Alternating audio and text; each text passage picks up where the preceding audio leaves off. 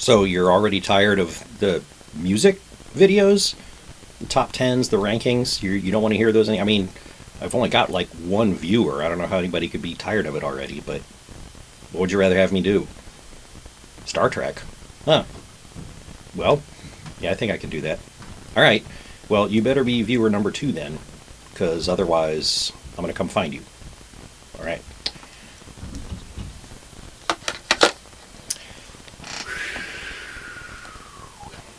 So that is my Starship Enterprise old plug-in phone. And when the phone call would come in, it would go whoop, whoop, whoop, like the red alert klaxon from the original Enterprise. And we don't have a landline anymore, so it doesn't do any good except just sit on the shelf. But anyway, it's like my one... No, I have 2 Star Trek things. I've got that phone, and I've got a little Captain Kirk sitting in his Christmas tree... Or, Captain Kirk sitting in his command chair Christmas tree ornament, because I've always been a Star Trek fan. So anyway, I'm Ken the Metal Professor, host of Mostly Metal on WVLP in Valparaiso, Indiana, which is totally irrelevant for this because I've put up a few videos where I would rank, top 10 songs from this band, ranking the CDs from this other band. I've hit Blackfoot, Black Sabbath, Blue Oyster Cult, Threshold, Testament, bouncing back and forth between rock and heavy metal. And I figured, well, what else is there to do besides make more videos, right? Everybody's in their houses and in their basements trying to keep each other occupied, so this is my attempt to keep me occupied, maybe keep somebody else occupied for a few minutes too. So I've always been a Star Trek fan, and for a while once we got Disney Plus, I started watching Star Wars Rebels. I'd heard really good things about the animated show, and it was okay, but I've never been a real Star Wars junkie. To me, Star Trek has always been where it's at, just because that's what I experienced first as a kid. And then, I was poking around and I was like, Enterprise is only 4 seasons. Maybe I should watch Star Trek Enterprise. So I decided to put Star Wars Rebels on hold for a bit and go and watch the first 4 seasons, or the only 4 seasons of Enterprise. And I made it through that. It was a mixed bag. And then I decided, Voyager's there on Netflix, and now we're in our houses for a long time. Maybe I should dive in, because when I was younger, I did watch Voyager from its start, but I didn't make it all the way through to the end, and I honestly have no recollection of where exactly I hit eject on it, but I didn't finish the series. And so I decided to go back and start from scratch and watch it all the way through. And now I'm actually up into the early 4th season at this point. And so this is what I've been thinking about Voyager so far, and you can compare it to what you've thought about Voyager too. Apart from liking, heavy metal and rock, I'm a science fiction and fantasy junkie. Science fiction television shows and movies and books. I got my comics all behind me here. Some of my other videos, I've been in front of a couple of bookshelves that have a lot of science fiction and fantasy books. I don't have big, massive CD shelves behind me like a lot of people that do music videos or, top 10s and rankings do, because all of my CDs are out of their jewel cases to save space, and so they don't look very impressive, and in fact they're over there just looking pretty lame. And there's a lot of them, but it doesn't look impressive when most of them are out of their jewel cases. So I swirl around between, ways to waste my time, music, media. I watch and cover for radio pro wrestling. I love horror movies, and I teach math. So really, I've got all of the party conversation stoppers, right? Like, well, what do you like to watch on TV? Oh, I love to watch pro wrestling. Oh. Well, what do you like to read? I like to read comics. Oh. Well, what do you teach at your university? Oh, I teach math. Oh. So I'm guaranteed to stop any party conversation in its tracks. So hopefully I can find somebody else out there this way that shares some of the same interests. So all right, I decided to pick up watching Voyager again. Starting from episode 1, the first, I'm not going to do an episode by episode review obviously here, but just sort of an overall thing. So one of the things I was expecting when I jumped into it again was I remembered taking a long time to get accustomed to Captain Janeway's voice. And this time it went more smoothly, so I think I'd already absorbed it enough from watching Voyager the first time around. It didn't distract me quite as much as it did the first time around. And although I don't remember a whole lot of specific episodes, when I'm rewatching it, I don't find myself thinking, oh, I remember this episode, which tells me that it didn't stick with me much the first time, and that maybe I was, doing homework or prepping for class or something while I was watching it back in the day, and wasn't really absorbing it properly either. But the show feels comfortable from the get-go. I vividly remember all the characters and the ship and the setting of the show. So even though I don't remember specific episodes and I have no idea where I hit eject, although I know it was sometime after 7 of 9 was introduced, the show still feels very comfortable for me. So upon a very rapid, over the last probably 2 or 3 weeks or so, viewing up through the early part of season 4, what's going on with me so far? Well, I'll give you the kind of the good, the bad, and the ugly, I suppose. But I'll start with the bad. I'm enjoying myself. So when I say there's bad things, just take it for what it is. Just kind of pointing out my own reactions to some things. I'm still watching it, so obviously it's not enough to turn me off, right? The technobabble in this show is oppressive. I mean, just about every show is wrapped up when somebody comes up with the magic word, and it takes away a lot of the intrigue when it's really not going to be so much about people figuring things out or being smart in a clever type of way. It's just going to be waiting for them to string the right words together and punch the right buttons on a panel that's going to suddenly fix everything, and that kind of gets exhausting. Too much Neelix. I like the character Neelix. The actor does a fantastic job, but at least in the first couple of seasons, just way too much of him. And I know he and Kes are sort of like, the people that are put in as your surrogate to learn about what's going on, but it got to be a little bit too much. Now, the episodes more recently, he's in some, he's not in some. He's used a little bit more reservedly, which I appreciate. And then I can stand him more.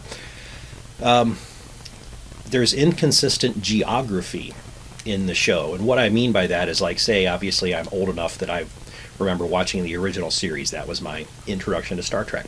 And even though you couldn't draw it on a map, you knew that, like the Federation was here, and over on some edge was the boundary between the Federation and the Klingon Empire, and somewhere else was the boundary between the Federation and the Romulan Empire. You got a sense of space in this. There is no sense of geography, which I understand is the wrong word, astrography or whatever it is. There's no sense of space or geography in this show. The ship gets sent to the Delta Quadrant, which, oddly enough, all the aliens call it the Delta Quadrant too. I don't know why. And they start making their way home. And you never really get a sense of that space that they are in. Not outer space, literally, but just the surroundings, what the boundaries are and the delineations, because they start interacting with the aliens called the Kazon, and they also interact with the Vidians, I think they were called, which I didn't like the Kazon so much, but the Vidians were great.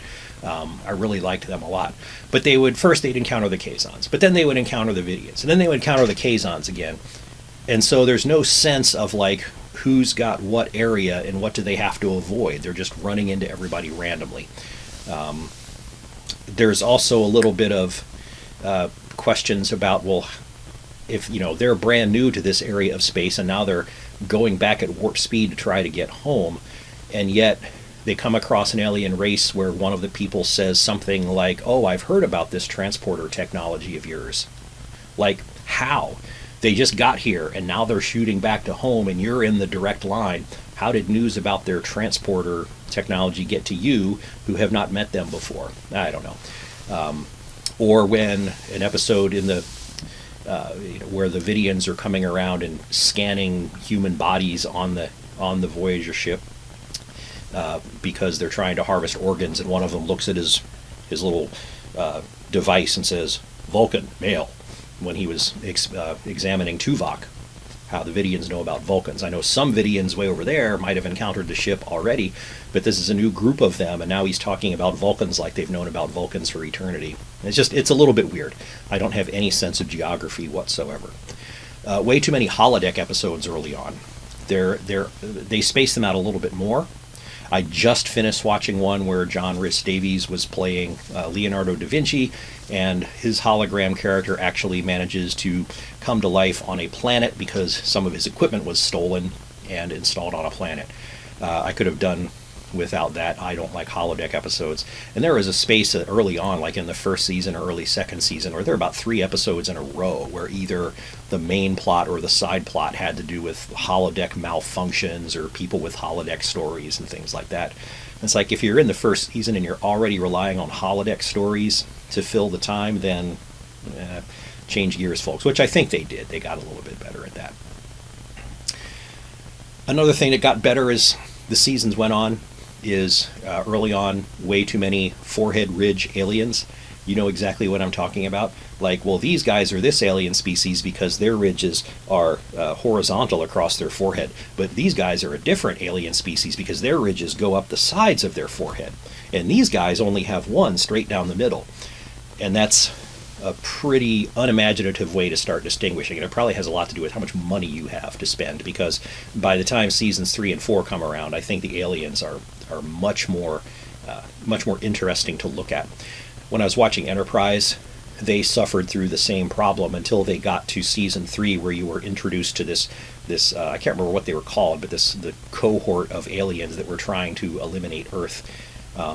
And this council had like an aquatic alien that was in a tank, like the guys from Dune. There was another alien that was insectoid that just chittered and looked like a giant praying mantis. Those were cool aliens, right? And at least by seasons 3 and 4 of Voyager, you start to experience more imagination in terms of how the aliens appear. Not always, but sometimes. And then, there's just the question for me of why every species they come across also refers to this as the quadrant. Like, why would all these aliens decide to split the galaxy up into quadrants? And why would they call it the quadrant? Why don't they call it the octant or just this sector or anything like that? Yeah, it's probably a universal translator thing. Yeah, but it's a little bit awkward. Okay, well, after all that complaining, what are some of the things I'm really enjoying about it? Well, after watching 4 seasons of Enterprise and its drab blues and grays, it's really nice to have vivid colors back. And that might seem a little bit inconsequential, but with the uniforms and the ship, my eyes like this show quite a bit, just from the visuals of the bright colors that are always parading around on the screen. So I really appreciate that. I also like how even in the early seasons, the early episodes, they put in plot threads that seem a little bit minor at the time, but they eventually come back and pay off. And so I'm talking about, there was a sequence of episodes where Tom Paris was starting to be a little bit more insubordinate to Chakotay and talking back to him and things like that. And the first couple of times it happens, you're like, okay, well, his character's always been a little high-strung. And then it happens again, you're like, wow, this Tom Paris is really a dick. What's up with him? But then eventually you realize that all this ties into a strategy that they're employing. I'm not going to make too many spoilers, but there's a reason that he's been acting this way. And so even as a viewer, you're probably kind of like Chakotay, hey, shut up, dick. Don't talk to me like that. Or thinking, oh man, this character's starting to get obnoxious. But that was the whole point, and I thought that was fun. And there's other examples of where particular characters start having things happen to them, or the way they interact with people, that kind of snowballs and pays off down the line. And I really appreciate that threading that goes through the episodes. The Doctor is my favorite character. Maybe not so much the Doctor falls in love on the holodeck episode, but other than that, I love Robert Picardo's performance, his snark, and the way he talks to people, his dialogue, all in all, is just so much fun. I don't know that, I know it was necessary for the show. I don't know that I like how flexible he became in terms of his ability to move around outside the sickbay area, but what are you going to do? Tuvok is a really good character too. He's very sedate as he should be, but I do appreciate his performance a lot. And poor Harry Kim, I mean, he gets maligned a lot for being kind of bland, but I actually enjoy the Harry Kim character. Like, if I'm going to be on a spaceship and I've got to choose between being stuck with Harry Kim or having to rely on him or Tom Paris, I would pick Harry Kim. And Kes. I always liked Kes. I liked her voice. It was very, like, I could listen to her talk to me on the telephone for a long time, and that would be pretty cool. The ship itself, I really enjoy Voyager. It's big and it's roomy, and like I said before, it's colorful. I like the bridge. It's like a hotel lobby. The one thing I'm puzzled about, and I'm sure there's an answer to this somewhere, is they say that the population of people on Voyager starts out in the 150 ballpark, and the ship looks massive. But it only has 150 people on it, as opposed to like Enterprise from the original series had over 400 people crammed into it. And I'm not quite sure about the reasoning for that drop in number, but it is what it is. So seasons 3 and 4 have been pretty solid in quality so far. So if you are thinking about Voyager, or you've started into it because it's time to binge lots of things, stick with it. And by the time you get to season 3 and 4, it'll get consistently pretty good. It's still going to have stinker episodes every once in a while, but all in all, it's still enjoyable. We'll see how the other seasons go. And then I did the bad and the good. How about the ugly? This is not specific to this show. This happens a lot in science fiction, but one of the things that I find really frustrating is the two-dimensional thinking.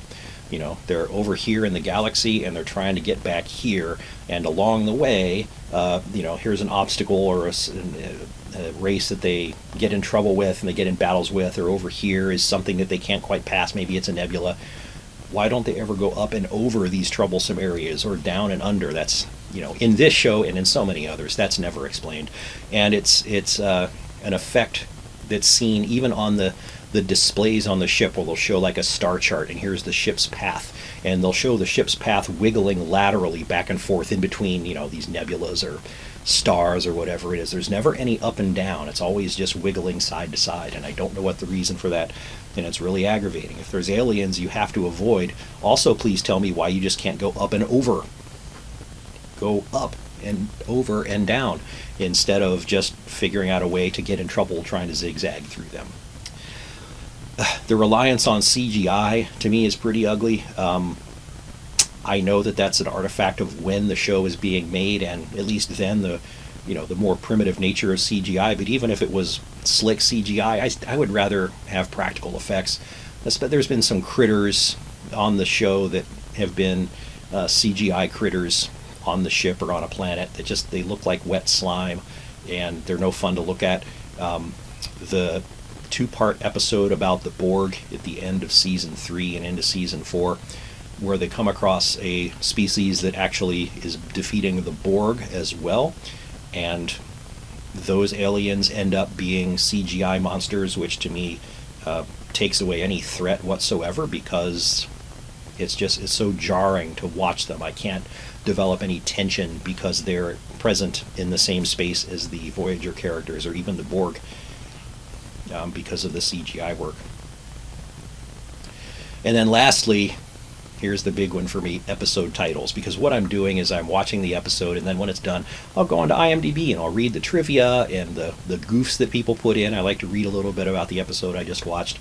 And so I scroll through the episodes of each season many, many times. And I'm struck by just how pedestrian the episode titles are. Okay, so take a listen to these episode titles: Balance of Terror, Return of the Archons, The City on the Edge of Forever, Who Mourns for Adonis, The Gamesters of Triskelion. I mean, never mind what you think about whether that's a good episode of the original series or not. The Gamesters of Triskelion is a great sounding title. It is percussion for your tongue. It sounds great. It's a fun title. Okay, compared to Emanations, Faces, Initiations, Resistance, Investigations. Ooh, if I was younger reading my TV guide and I saw that the upcoming episode was called Investigations, boy, would I get excited about that.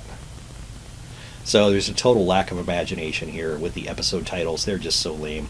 I mean, if Voyager writers went back in a time machine and they were the ones responsible for the original series, the episode that we know of as For the World is Hollow and I Have Touched the Sky would have been titled The Asteroid. And so that's my ugliest of the uglies. So anyway, I'm in season 4. I just finished watching The Year in Hell, or whatever it was called, parts 1 and 2. That was pretty good, and then a couple of lame tag-along episodes after that, but at least looking at the ratings of the episodes coming up, it's going to get good again, so I'm excited, and I will probably check back in at the end of my total watch, and then I'm going to dive into Deep Space Nine and do exactly the same thing. All right, so, whoops, sorry, I broke the Enterprise. So here we go. Thanks for watching my Star Trek my Star Trek video. Go out there and watch episodes of your own.